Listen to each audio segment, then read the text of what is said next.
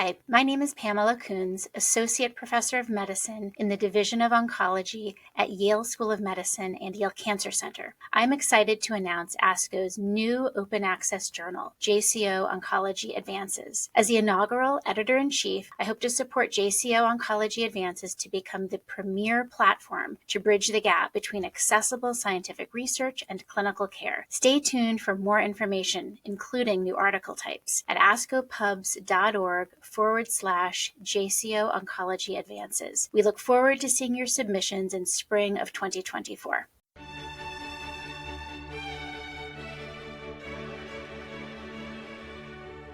This JCO podcast provides observations and commentary on the JCO articles, patient-reported outcome results from the open-label Phase 3 AURELIA trial evaluating bevacizumab-containing therapy for platinum-resistant ovarian cancer by Martin Richard Stockler et al., and bevacizumab combined with chemotherapy for platinum-resistant recurrent ovarian cancer, the AURELIA open-label randomized Phase 3 trial by Eric Pujat-Lorraine et al. My name is Alexia Yasanos, and I'm Associate Attending Biostatistician at Memorial Sloan Kettering Cancer Center in New York, USA. My specialty is biostatistics with a focus on gynecologic cancers. The AURELIA trial is the first randomized Phase 3 trial to assess the effect of bevacizumab when given in combination with chemotherapy in platinum-resistant ovarian cancer patients. Patients were randomized to a control arm of chemotherapy alone, comprised of either pegylated liposomal doxorubicin, weekly paclitaxel, or topotecan, or to an experimental arm that combined chemotherapy with bevacizumab. Bevacizumab was given either at 10 milligrams per kilogram every 2 weeks or 15 milligrams per kilogram every 3 weeks until progression, unacceptable toxicity, or withdrawal of a patient's consent. Eligible patients had measurable or accessible ovarian cancer and had progressed in less than 6 months after completing platinum-based therapy. The study was designed with 80% power to show an increase in median progression-free survival from 4 to 5.7 months. 361 patients were randomized, treated, and followed up on an average of 13 months. Median PFS was 3.4 months in the chemotherapy alone arm versus 6.7 months in the arm that combined bevacizumab with chemotherapy. The increase was statistically significant.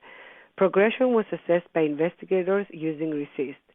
Tumor assessments were performed at baseline and every 8 weeks or 9 weeks for patients receiving 3 weekly topotecan using computed tomography or by magnetic resonance imaging in case of contrast allergy. Objective response rate, as determined by RECIST, was 12% in the chemotherapy alone arm compared to 27% in the bevacizumab plus chemotherapy arm, a statistically significant difference.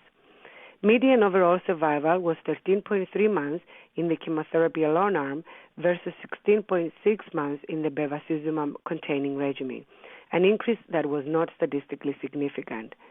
Lack of statistical significance in overall survival does not always imply lack of benefit, especially for diseases with long post-progression survival and especially when substantial crossover to the experimental agent occurs in the control group. The effects of post-progression survival on overall survival have been reported by Broccoli and Berry in their JNCI paper from 2009.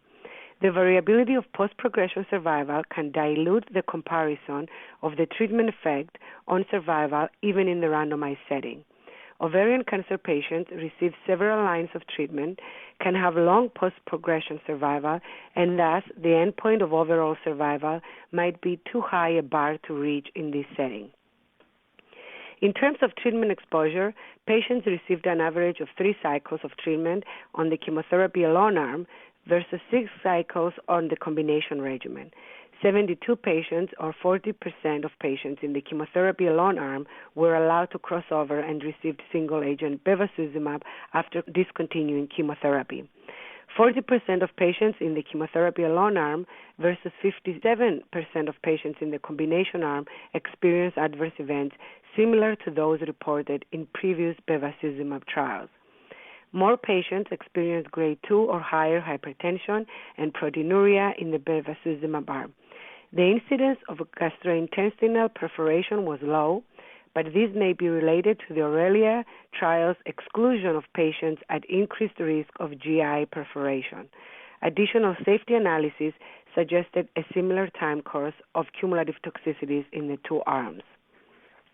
Assessment of patient-reported outcomes, referred to as PROs in this podcast, was an important secondary objective of the AURELIA trial.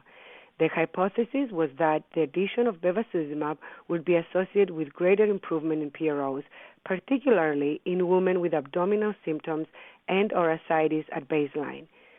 3 well-designed, validated questionnaires were used. The first was the European Organization for Research and Treatment of Cancer Core Quality of Life questionnaire, known as EORTC-QLQ-C30. The second was EORTC-QLQ-OV28, which is the ovarian module, and the third was the Functional Assessment of Cancer Therapy Ovarian Cancer Symptom Index, known as FACT-O and FOSSI. An improvement was defined as a 15-point absolute increase in the 100-point scale. Improvement at week 8 or 9 in an abdominal GI symptom subscale was the primary hypothesis, and secondary hypotheses included at least 15% improvements in FOSSI and in QLQ-C30, physical, role, emotional, social functioning, and global health quality of life subscales. As expected, there were no differences in patients' baseline characteristics between the two arms, and compliance was high at baseline for both arms. At week 8 or 9, significantly more patients on the bevacizumab arm reported at least 15% improvement in abdominal GI symptoms, and this difference was independent of the chosen cutoff. In a subgroup analysis that focused in patients with ascites at baseline, there was a greater treatment effect with at least 15% improvement in 44% of patients on the bevacizumab plus chemotherapy arm versus 4.1% on the chemotherapy alone arm. This improvement in abdominal GI symptoms remained at week 16 or 18, and a comparison of the entire time profile between the two arms showed a significant improvement of 6.4 points favoring the bevacizumab-containing regimen. The proportion of patients with at least 15% improvement in FOSSI at week 8 or 9 and at week 16 or 18 significantly favored the bevacizumab arm, but the overall profile over the entire period until progression or death did not support a significant treatment effect. A significantly higher number of patients showed 15% improvement at week 8 or 9 in QLQ-C30 in the bevacizumab-containing regimen. However, the EORTC-QLQ-C30 Global Health and Quality of Life subscale showed no difference between treatment arms when looking at the effects over all time points until progression or death. While it's reasonable to assume that patients who progress are not experiencing an improvement in PROs, in a study with superior efficacy in one arm, such as the AURELIA trial, it is challenging to reach conclusive results given the number of patients with missing questionnaires due to progression. These challenges are inherent in quality of life studies due to the fact that many patients progress, die, or may go on to receive another treatment, resulting in missing quality of life data that can be informative. Excluding missing data can bias or favor one arm depending on the reasons patients failed to fill out the questionnaires. In this study, more patients from the chemotherapy alone arm progressed, since that was the inferior arm, and compliance for the quality of life questionnaires at week 8 or 9 was lower in the chemotherapy alone arm. We cannot rule out that those patients who remained on study and did not progress may have had similar symptoms between the two treatment groups when taking the entire study period into account. In conclusion, the AURELIA trial was a well-designed, multi-center trial that showed an increase of 3.3 months in progression-free survival when combining bevacizumab with chemotherapy as opposed to chemotherapy alone. The study provides additional evidence of the effect of bevacizumab in the treatment of ovarian cancer patients. These findings are consistent with the results from phase 3 trials in the frontline setting, namely GOG-218 and ICON-7, and the platinum-sensitive recurrent setting, namely the OCEANS trial. Since a small percentage of patients in this study received prior anti-androgenic therapy, further studies evaluating the efficacy of bevacizumab in bevacizumab pretreated ovarian cancer patients are ongoing. Patient-reported outcomes for abdominal GI symptoms improved in significantly more patients in the bevacizumab arm.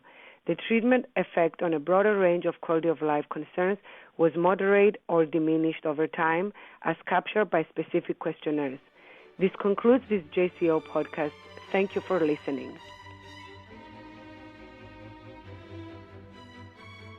For more original research, editorials, and review articles, please visit us online at jco.org. This production is copyrighted to the American Society of Clinical Oncology. Thank you for listening.